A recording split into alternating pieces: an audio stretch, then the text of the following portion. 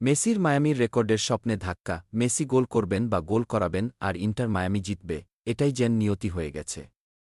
কিন্তু আজ মেসির গোল নেই গোলের সহায়তাও, ইন্টার মায়ামিরও তাই জয় নেই।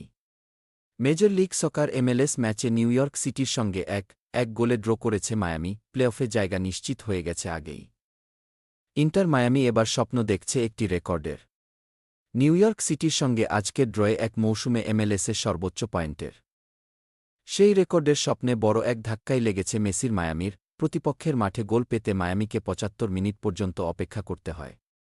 ৭৫ মিনিটে মায়ামিকে এগিয়ে দেওয়া ইকুয়েড্রিয়ান ফরোয়ার্ড লিওনার্দো কাম্পানার গোলটিতে মেসির কোনো অবদান নেই। গোলটি তিনি করেছেন মেসির সাবেক বার্সেলোনা সতীর্থ জর্দি আলবার পাস থেকে। আলবার সহায়তায় করা কাম্পানার গোলে জয় প্রায় পেয়েই যাচ্ছিল মায়ামি।